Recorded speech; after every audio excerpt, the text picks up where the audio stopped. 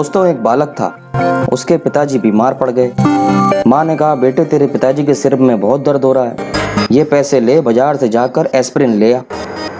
बालक ने पैसे ले लिए और चला बाजार को।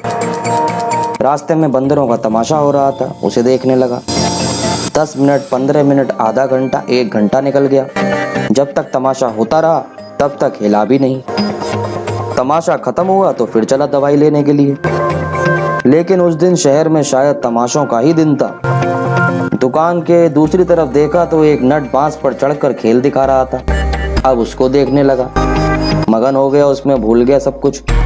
घर में पिताजी दर्द से तड़प रहे थे। माँ को चिंता हो रही थी कि लड़का कहाँ गया। बड़ा बेटा आया तो उससे बोली, अरे जरा बाजार में जाकर तो देख, बहुत देर हो गई तेरे भाई को गए हुए, कहीं कोई दुर्घटना ना हो गई हो। इधर तेरे पिताजी तड़प रहे हैं, उनके लिए दवाई लेने भेजा था, उधर उसका पता ही नहीं है, तू जाकर जरा पता कर। बड़ा भाई बाजार में गया, देखा कि छोटे सरकार तो नट का खेल देख रहे हैं, इस प्रकार मगन जैसे किसी की सुध ही नहीं।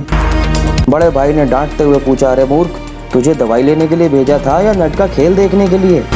दोस्तों, उस बड़े भाई की जगह अगर आप होते तो क्या आप भी उस बालक को मूर्ख कहते? लेकिन यदि वो मूर्ख था तो हम क्या हैं? अरे हम भी तो इस आत्मा के रोग की दवाई लेने के लिए संसार के बाजार में आए थे और यहाँ आकर भूल गए सारे तमाशों में।